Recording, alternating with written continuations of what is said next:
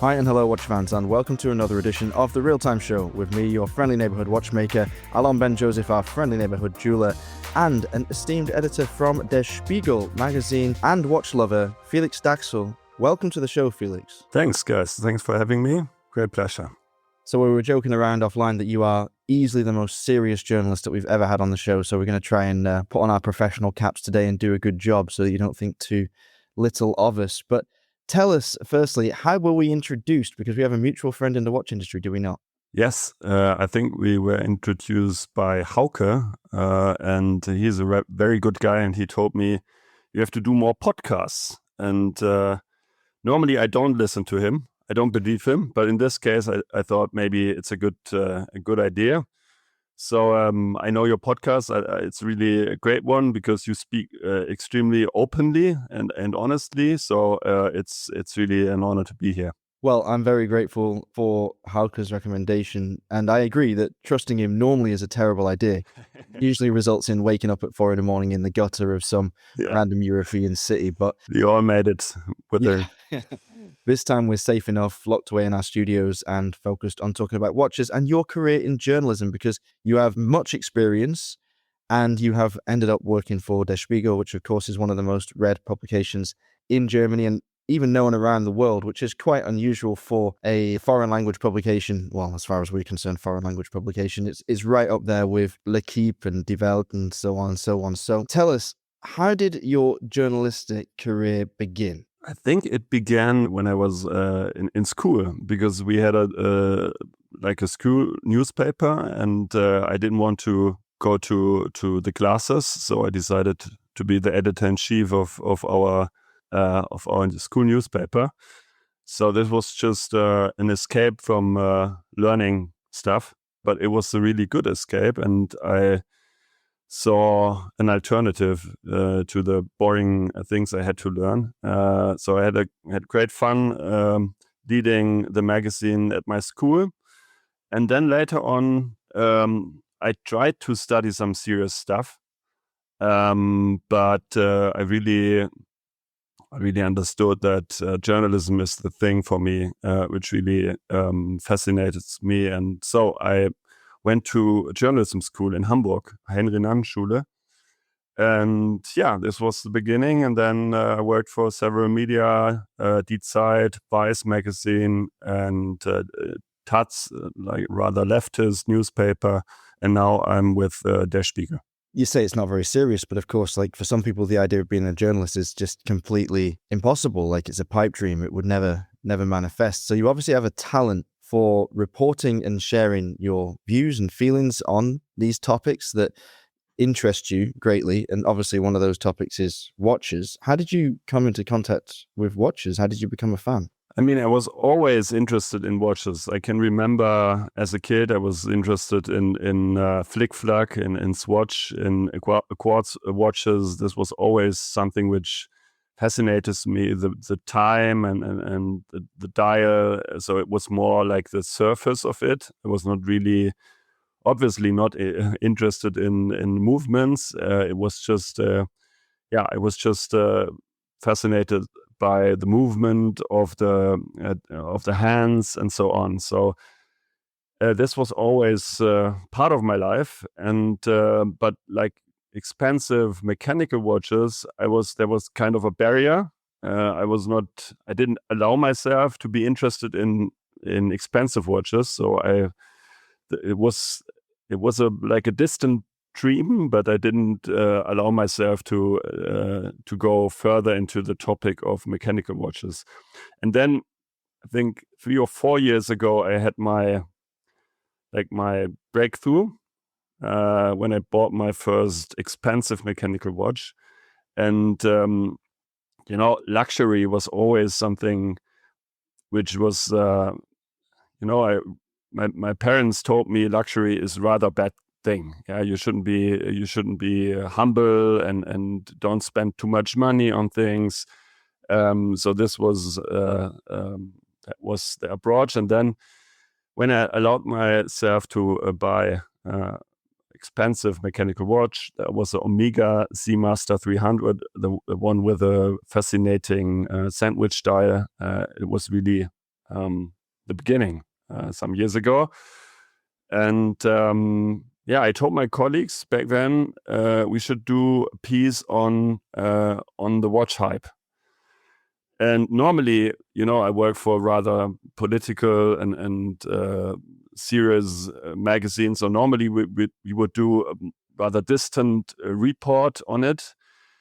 But the more I told them about my passion, they really told me, you have to write it about your life, about your emotions, about your ideas. And then it became a very personal piece. You didn't join Der Spiegel as the watch editor per se, but because of you, the topic of luxury watchmaking and obviously that very intriguing period that you're discussing regarding all the hype that was quite new for the industry, that made it to the way of the pages of Der Spiegel because of you and because of your interest. Yeah, right. So it was part of the coverage, but only through economy topics. So it was not like a part on its own. So when I started to write, like my first piece, the big piece on watches, which was kind of Confessions of a Watch Geek, to quote a very famous article, was quite similar, not on the same level as Gary Steingart's piece, obviously, not the same quality, but the idea was similar. So when I had my coming out as a watch lover, a lot of things happened. I got a lot of response from our readers, a lot of response from my colleagues. A lot of people wanted to talk to me about watches. Some friends asked me about recommendations. So it was not planned that I do more pieces on this topic, but when I saw the level of reaction, I really had the feeling I have to go on. So I started a regular watch column. And at the beginning, I did it every 2 weeks. But then, I had my main job, so to say. So I have to find the right balance. So I do it now every 3 weeks, 4 weeks. And sometimes big pieces like interviews. We just had an interview with a Swatch CEO, Nick Hayek, for example. And this is something which provides me a lot of joy now. So it's funny that you said coming out, because when you said that your parents raised you to be modest and could we call it maybe a Calvinistic Protestant mentality of not showing off.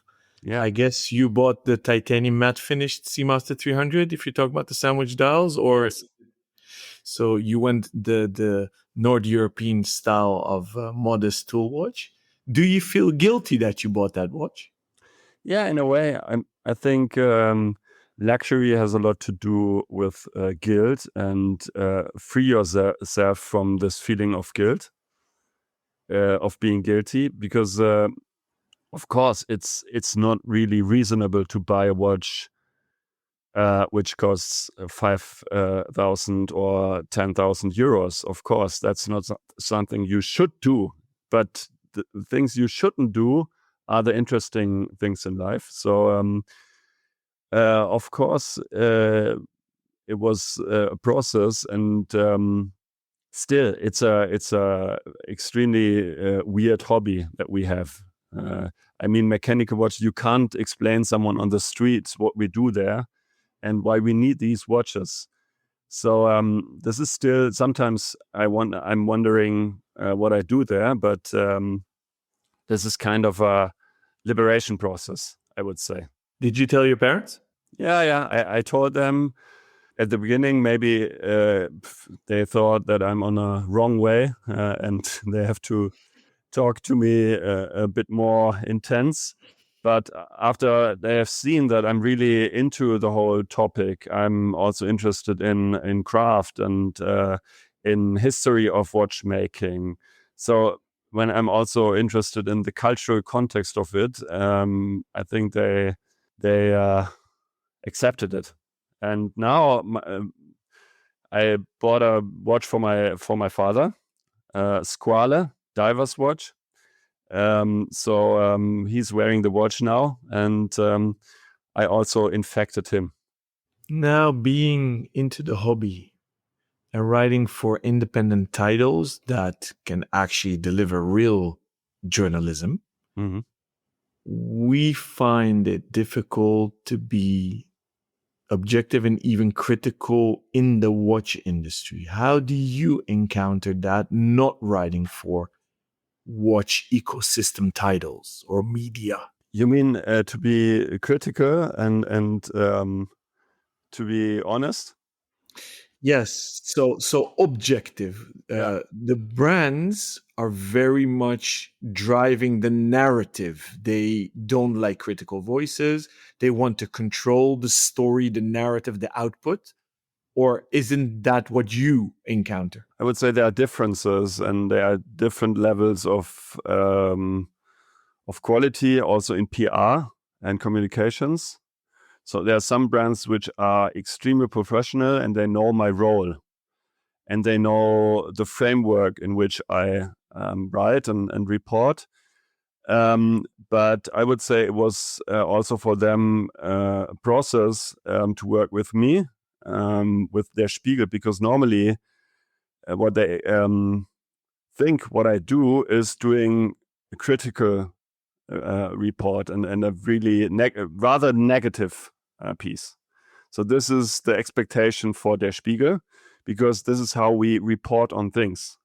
If we write about politics, of course, we can't say politician XYZ is so cool and we all like him and he's the best. Of course, we can't do that. But what I try to do is to be passionate, to write from a perspective of a watch lover, but at the same time to be critical. And sometimes it is sometimes it was not so easy because some of the brands want to control everything. Not only approve their quotes, but also approve the whole article, approve the pictures, and so on. And I told them, look, I can't do that at Der Spiegel. So we have to find a way through. And after having discussed it, they accepted, but it was a process. Yeah. Did Mr. Nick Hayek Jr. and or his team invite you for an interview, or did you put in a request for an interview, Felix? No, we asked him for an interview. I visited the German Swatch headquarters in Eschborn, close to Frankfurt, and I met some comms people there, and I told them that for us it would be super interesting to do an interview with him, and I didn't really think that it was possible because he knew that we would be also critical, and we are not a watch focused magazine.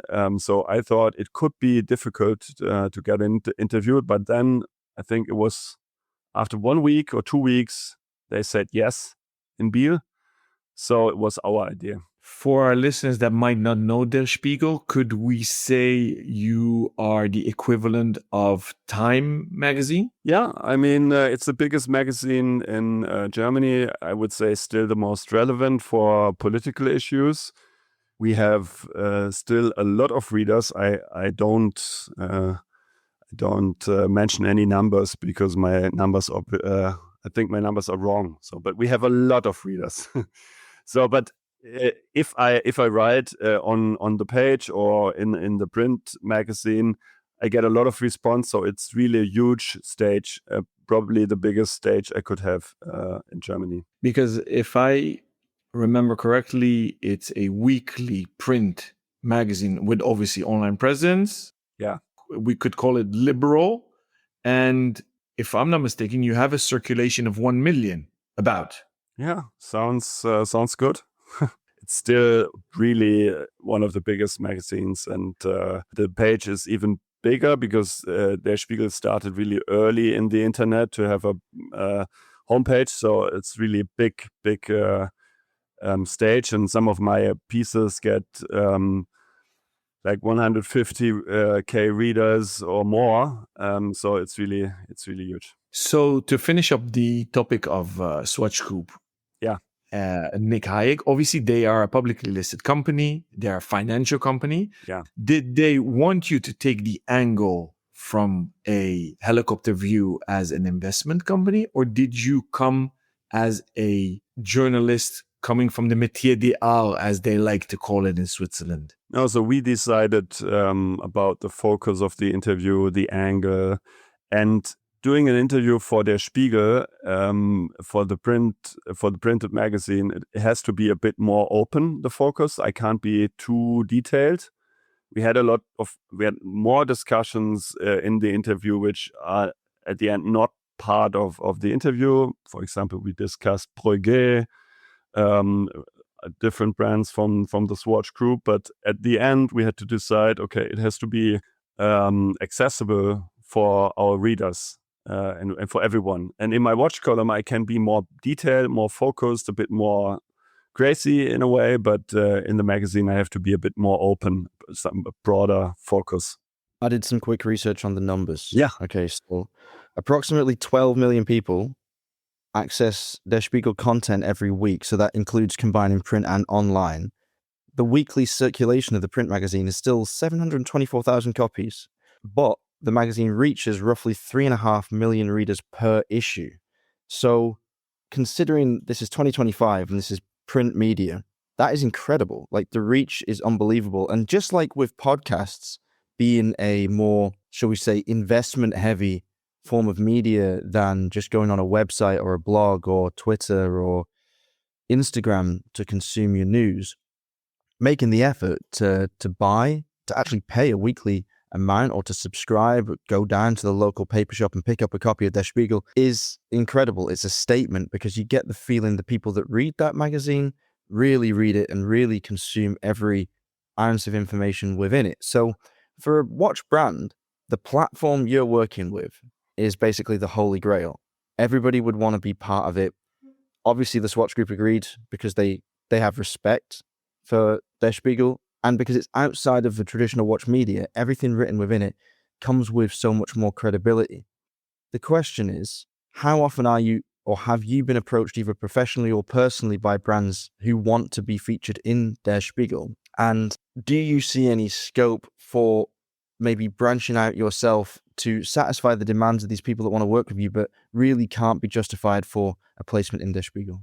That's a good question. At the beginning, when I started to write about watches in Der Spiegel, it was rather difficult because I had to convince them that I don't write a piece which is 100% negative. So when they saw that I write with a also critical distance, but more importantly also passionate and with a love for watches, the brands really approached to me and asked me, could we do something together? But their understanding of doing something together is sometimes different to mine. I have to explain a lot. I have I have to do translations from their world or from my world into their world because of course, I can't do a PR piece. And so this is, at the beginning, I think for them, it was rather a risk to work with Der Spiegel or to open themselves. And then when they saw my approach and how I write, they came to me and said, okay, maybe you want to visit our manufacturer. Maybe you want to speak to our CEO. And I'm convinced if you speak to people and if you convince them, hey, I don't want to do a hit piece. It's not about just getting an access to write something super negative. But at the same time, I have my framework in which I work. So it has to be journalistic. Then if I explain it, they understand it, and then we can find the match. But at the end, it also, it can be also negative for them because I can't promise anything. If they show me a watch and I think the watch is shit, maybe I write it. I give you an example. We had the Blancpain watch collaboration. It didn't convince me. So I just did I would say, an honest piece on Blancpain's watch and how I think about it. And it was rather negative. So this was something I had to discuss with Swatch afterwards. But as you can see, having had the interview afterwards, we found a way through. But at the beginning, obviously, it was tough. Yeah, I think a brand as powerful as Swatch does, well, as they say, game recognizes game. I think they know full well that being in Der Spiegel is better than not being in Der Spiegel, even if the words you write aren't wholly positive about one of their products, because the exposure just outweighs that. There are plenty of people that see the Blancpain Swatch collaboration and will read your article and say, oh, okay, well, Felix doesn't really rate it. It doesn't really hit the mark for him, but forget it. It's less than 500 euros. I'm just going to buy one because it's fun. You know, I also have that kind of like self-imposed ignorance when it comes to stuff like that. I think, oh, it's cool. Is it good? No, not really. Do I need it? No. Is it going to enrich my collection? No, but it will make me smile and I would like to experience it, so I'll buy it, even if the review is bad. That is genuinely what happens to a lot of people. And I think Swatch knows that you're going to get more sales than you are lose them actively through being present in a publication like Der Spiegel. Now, what came to mind to me when you were speaking was this recent definition or reclassification I heard on a fellow podcast, Open Work by Collective, in which a long-time journalist, watch journalist, had taken aim at content creators on Instagram and YouTube and whatnot, who take a lot of the journalistic space away from traditional journalists now in the watch media game. But also this middle ground that I realized I have been occupying all this time without being conscious of it. I always regarded myself as a watch journalist, but she made it clear that there was a third category that should be referred to as maybe watch critic. So someone that may well be objective and do their best to maintain objectivity, but provide critique along the way and say, oh, this Blancpain Swatch collab, it's not very good. You know, the plastic feels a bit cheap, it's a bit lightweight, it isn't really befitting of the Blancpain name, etc., etc. Those are all valid criticisms based upon experience, right? So that's valuable content in my opinion. More valuable than somebody doing a dance on TikTok, but, you know, that's just a demographic thing. Yeah. What's interesting to me is when we started this conversation, I was very much of the impression that you were and had to be extremely journalistic in the traditional sense, as in I will report the news and I will not color this news in any way. But in that last answer, you mentioned the Swatch Blancpain and you mentioned that you passed an opinion on it, and you mentioned that when you talk to brands, you say, look, I'm interested in covering this watch, but I can't guarantee that I'm going to like it. Yeah. Now that to me is integrity. That's valuable. But that would make you a critic rather than a journalist by this definition. What do you think about those definitions and where do you see yourself? Oh, this is a very intellectual question, a good question. You're a smart boy, Rob. I like it. No, I like the definition. I mean, writing a column, it's more, there's a lot of opinion in it. It's a mix of opinion and also reporting. So for me, it's important not just stay at my desk and write about something I haven't seen. So I want to go to places. I want to go to Switzerland. I want to go to Glashütte. I want to see the manufacturers. I want to speak with watchmakers. But at the end, it's a highly personal story. And I always try to make it super transparent, that it's not, it's not the truth. I don't tell my readers, look, this watch is terrible. I just try to make it transparent why I came to the conclusion that it's not good. But of course, this is interesting about watches. We can discuss things. It's not, we're not discussing war, politics. If you discuss about a certain political decision, for example, people tend to say, this is the right thing. This is my opinion, and I think this is the only way to go. But about watches, it's different. It's a personal view. And for me, it's very important to be transparent. And in the case of the Blancpain Swatch collab, it was I was really a big fan of Moonswatch, and I still am. So this was the position from which I came. I was really positive about the Moonswatch idea, about the idea of bringing Omega and Swatch together, and now trying to copy it a second time with a brand which is different, a Blancpain different to Omega. It didn't convince me. So I was just transparent about my feelings. While listening to you, gentlemen, I found the article online behind a paywall. But the cool thing is I see the NATO strap of the Swatch Blancpain on Nick's wrist while taking a deep inhalation of his cigar like his late dad. The article is, Ich würde keinen Deutschen bitten, einem Schweizer zu erklären, was Demokratie ist.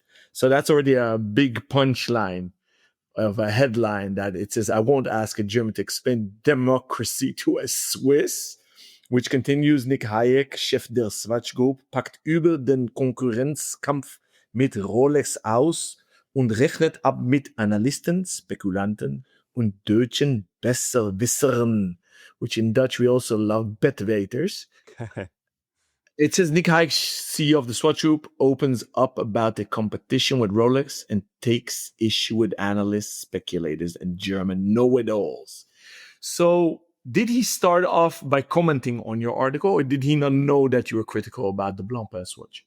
No, I mean, I think he knew because I published the Blancpain swatch piece months before when the Blancpain swatch came out.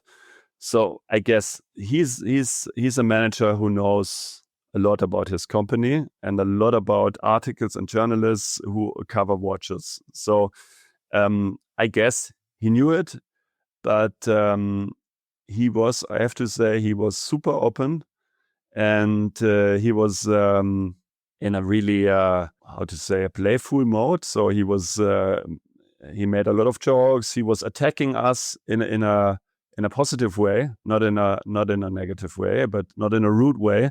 But he really wanted to discuss things, also politics, and we also, like, he also mentioned the Russia-Ukraine war and so on.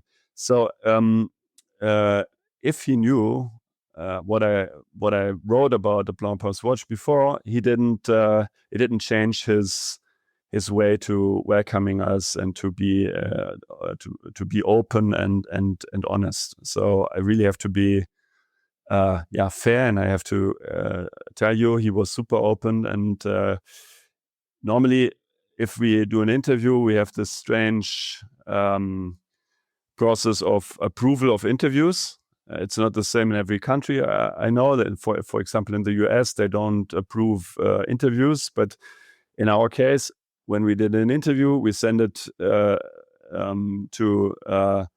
the one we interviewed, and then he can approve and he can check everything. And normally we get back with a lot of red notes. Yeah, they really they kill a lot of good parts of the interview, but he didn't kill the interesting parts. He really made it even stronger. So this was really interesting to see. So the Spiegel gives the right of insights, but not the rights to change, which all the big publications in the world do. That's what you're saying, right, Felix? No, the German way to do it is we send it for approval. Yeah. And if they say, no, this was misunderstood, this was not what I said, or this is I feel it differently, they can change things. So this is sometimes for us annoying, because if you have a really strong interview and you have a lot of strong quotes, they can afterwards change a lot. And especially when you have strong comms teams and PR teams, and they intervene heavily, it can really change an interview to the negative. So to round up this topic, compliments to you, because it's rather known that Nick Hayek Jr. is very autocratic, doesn't like criticism, and is very selective who may interview him. So kudos to you, Felix. I will see if I can purchase the article, because I'm now very interested to read it.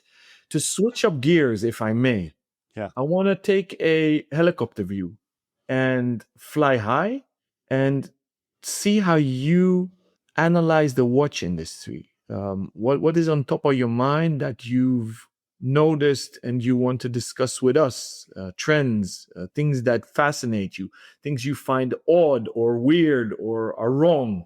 This is a big question. I think I have a lot of answers, or different parts of an answer. maybe to begin with a thing which is really important for me coming from the outside. Yeah, and as a journalist who tries to explain this strange world to our readers, the most maybe complicated thing about the watch industry is it is too isolated. From the outside, it looks like a circle, closed circle.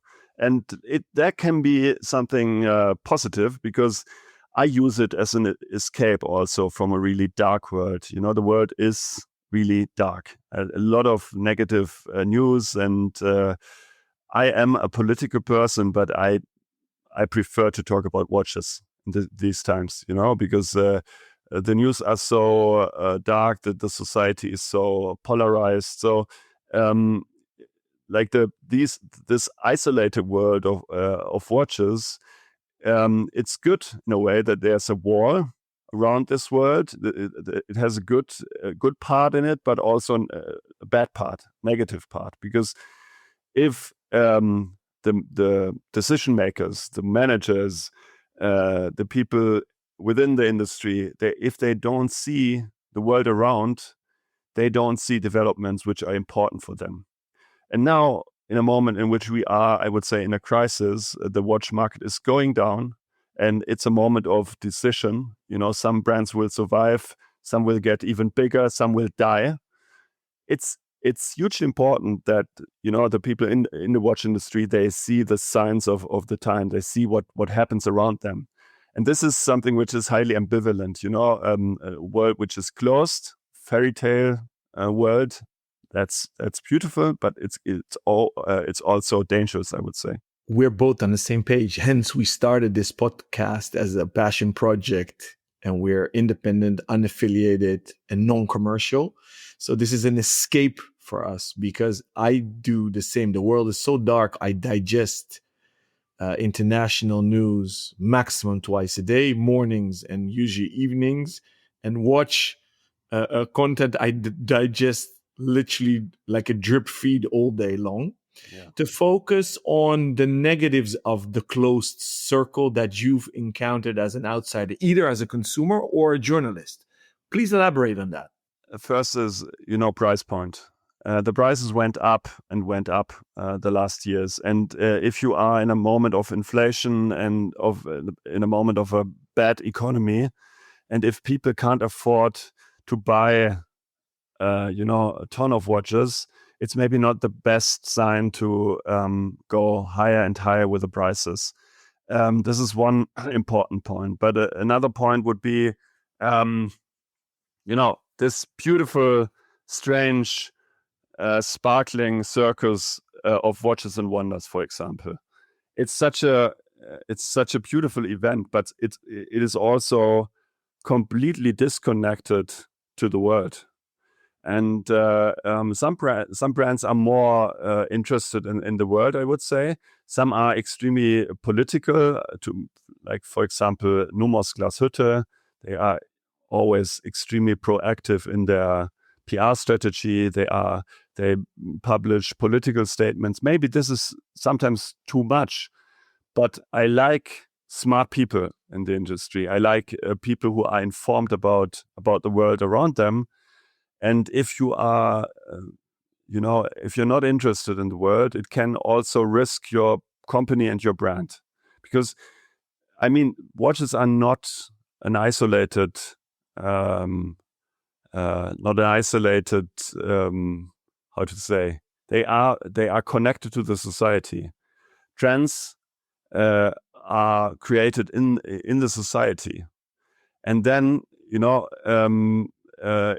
they also are part of the watch industry. So you have to be connected to the real world to see trends, to see developments, and then you can really be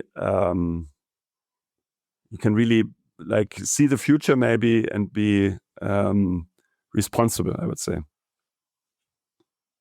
Maybe this is a bit too abstract, sorry, but maybe I hope you see what I mean. I'm not sure it is too abstract, although it is interesting to try and pull that abstraction into some kind of clarity and give people an idea of how it may manifest in the industry going forward. You talk about the industry like it's like a glorious escape from the real world in many ways, like it exists in almost a walled garden, but nevertheless is informed by the weather raging outside the walls, as it were. How do you think that we will see the effects of shifts in society and global optimism maybe taking somewhat of a dive in the industry? Do you think that it's typical for the Swiss industry to close its eyes, dig in its heels and say, no, everything's fine, we're just going to keep making more beautiful things out of precious metals and covered in diamonds? Or are they going to respond tangibly to a world that is very much changing? Or is that absolutely the opposite of their role? So we discussed Nick Hayek's role, and this is something which he also underlined in our interview. For him, so his understanding is that he has to be open for everyone, and Swatch has to be open for everyone, and being part of the democracy in a way. And this is a completely different approach. Some brands want to be exclusive. This is part of their identity, being exclusive. And the beautiful thing about the industry is that you have always both. You have a brand in every niche, so to say. So you have like a brand like Swatch. You can buy a Swatch for €100. You can buy a Moon Swatch for 250. But you can also buy a Rolex or Omega or Patek if you have enough money. So I would say this is also the interesting thing about free market, that every niche find its own brands and offers. So but you mentioned Switzerland, of course. I think it's a different story. Switzerland and Germany, if I compare the watch industries, it's different, I would say. So Germany is sometimes, as I mentioned, Nomos, sometimes a bit more political and a bit more connected to the world around. And in Switzerland, it's also part of their success story as a country, because it's a country in which you travel through the mountains and you see the beautiful lakes and you see the beautiful cities, and it's all so clean and well organized. You feel like, okay, the world is burning, but everything is fine. So this is my Switzerland feeling. I absolutely know what you mean, actually. It's strangely cathartic, but also a bit disassociative to be in Switzerland at any time while, the world is on fire. Now, we've talked about Nick Hayek Jr. quite a bit, and he's obviously a very influential and important man in the landscape of watchmaking. Let's take a hypothetical scenario now. Felix, you are hosting a dinner party, or a fondue party probably, because it's going to be for you and a lot of big cheeses. Lol. Yeah. And if you could invite 3 more guests, okay, so there's 4 of you at the table. There's you and 3 people, Nick Hayek excluded. He's already had his day in the sun. So you get to pick 3 people. Who would you pick? Who would you like to get to know and pick the brains of, and why? You mean in the industry? From the watch industry? Yeah. I would pick Ilaria Resta, the new CEO of Audemars Piguet. So this is super interesting, her role now, the adult in the room. I mentioned I worked for Vice magazine before, and I see some similarities between Audemars Piguet and Vice magazine, because Audemars had an extremely interesting journey the last 10 years, and it went up and up and up, And the culture of a company in which you have such a crazy success, the culture sometimes is a bit delayed. It is sometimes a bit broken, and because if you are so fast, you can't sometimes take everyone with you. And in her case, she's not from the watch industry, so she also comes from outside. So this is something which is super interesting, her views on the industry, but also her role at AP, because she has to make it even more professional and like building the structures and finding right balance between being crazy and super fast and also being professional and finding a good structure for the company. So there was a long explanation. Second, I would take Roland Schwertner, the founder of Nomos Glashütte.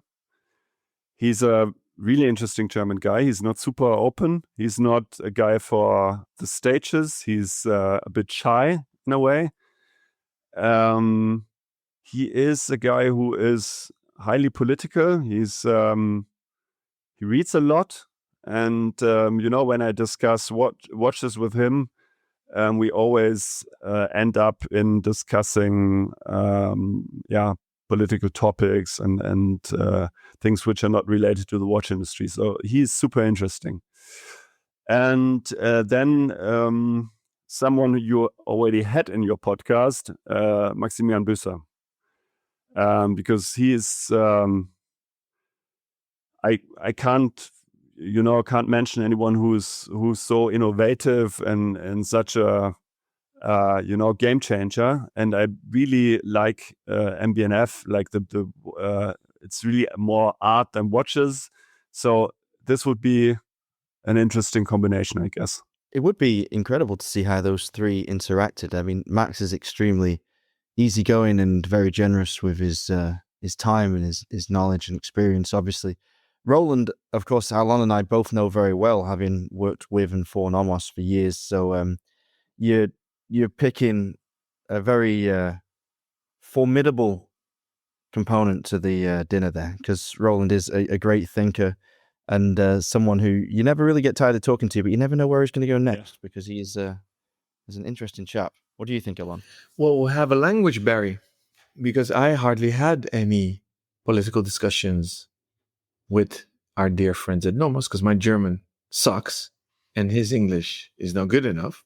So that might pose a... Do it in Dutch. The Dutch are also beter weters, besser wessels. Yeah, beter. Beter weten. If I may jump in, very interesting table guests. Talking of Ilaria and Audemars Piguet, do you think it's a good thing that the watch ecosystems brings new blood in from abroad? Because you've pushed the narrative a bit, maybe that it's better making it professional. So I'll add a second question to it. I'm not allowed by Rob. Rob is my journalistic coach, but I'm quite sure you are the pro here that can handle my two-pronged question. Should Audemars Piguet professionalize, i.e. become more corporate, dear Felix? I mean, it's always a question of balance, AP is, the thing which was super interesting when I visited the manufacturer in Le Brassus last week, is the knowledge and the archives of AP, which are really impressive. And maybe the role could be to tell a bit more the story of Le Brassus in the AP houses. So there's a kind of a distance between Le Brassus and the AP houses, to say it abstractly. So I think it's a good decision to bring someone from the outside. I don't know her personally. I didn't meet her yet, so I can't tell you if she is exactly the right person. But I just follow her on LinkedIn. I see what she is posting, what her focuses are, what her topics are, and I think it's the right moment for someone from the outside for AP. But it's difficult because we discussed the closed shop, the closed circle of watch industry. It's difficult sometimes to come from the outside. It's also difficult for female CEO. So it's still unfortunately still really male-dominated world. So this is a challenge for her, but she could be a role model, and I'm super interested in what she does there. Finish off the corporate part of AP and create a segue to why you think AP is so successful, and then extrapolate that to Rolex and Patek. And if you think they're the Holy Trinity, or what is your Holy Trinity of watchmaking, that may be as a journalist and also as a collector if you want. So this is risky for me because I want to be. I'm a watch lover, but I also try to stay a bit distanced. So I can't tell you which brand is better than the other. What I can tell you is, in my eyes, AP is successful because they have a really clear vision of their icons, and they don't. They had some experience maybe a bit too away from their icons, but what I really understood when I visited Le Précieux Royal Oak, the Royal Oak was not successful at the start. So this is a really it's such an interesting journey this icon had because it had really really tough years at the beginning. But having such a clear icon and having such a clearly defined brand, this really can explain the success of AP. And yeah, the Holy Trinity, probably you are right, this is the Holy Trinity, but that sounds really religious, right? It sounds like we pray for Rolex, AP, and Patek. But this is what we have to do. We pray for the waiting list, for being number one on the waiting list, right? It does sometimes feel a bit too much like a religion, I have to say. Yeah. But got to believe in something, and I think that it helps to be humble before one's own God, whatever that may be. And if it happens to be a wristwatch, it could be a lot worse. Talking of wristwatches specifically, what are you wearing on your wrist right now? I am wearing a Sea Dweller 16600 with a helium escape valve.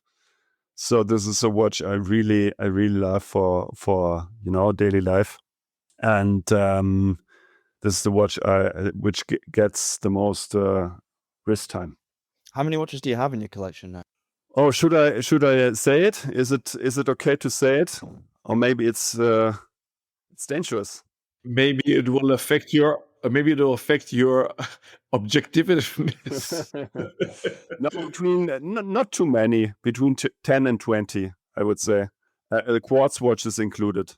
What do you think of quartz? My approach is I want to be open for everything. There should be it. I don't want to have an ideology. Some people say quartz is not a quartz watch is not a real watch, and they are a bit snobby and a bit too sophisticated. But I like any watch, or to say it differently, like every watch has the chance to find the way to my heart. It can be a quartz watch. I'm wearing the Moon's watch a lot of times, for example, in the gym or while traveling. So there's not a clear yes or no to quartz watches. It really depends on the brand. And precision is still a topic. So a precise quartz is still a lot of more precise. So a precise watch is important for me.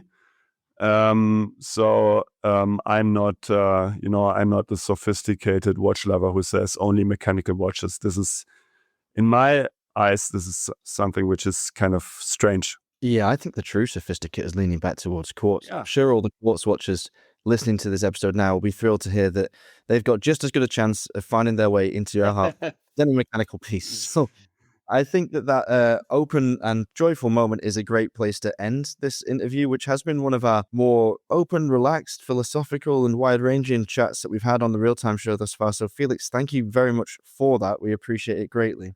Thank you for having me. It was such a pleasure. I can well imagine that we'll get you back on in the future, because I would never tire of chewing over the latest current affairs with you when it comes to watches particularly. Maybe we'll steer clear of politics until we start a spin-off podcast about that. But if any of our listeners do have questions for Felix that you'd like us to run by him or to get him back on the show to answer them, please get in touch via the usual channels. You can do so via our official Instagram, handle. That's at therealtime.show, or via our website at www.therealtime.show. You can just find the contact form there and submit a question or query, or you can get in touch with us via our emails, either Rob, Alon, or David at therealtime.show. And if you want to contact Scarlett, our fourth host, then please get in touch with her via her Instagram account. That's at Scarl in the Shire, SCARLINTHESHIRE. We will be back soon with more top quality watch content and interviews with the industry's innovators. Until then, stay safe and keep on ticking.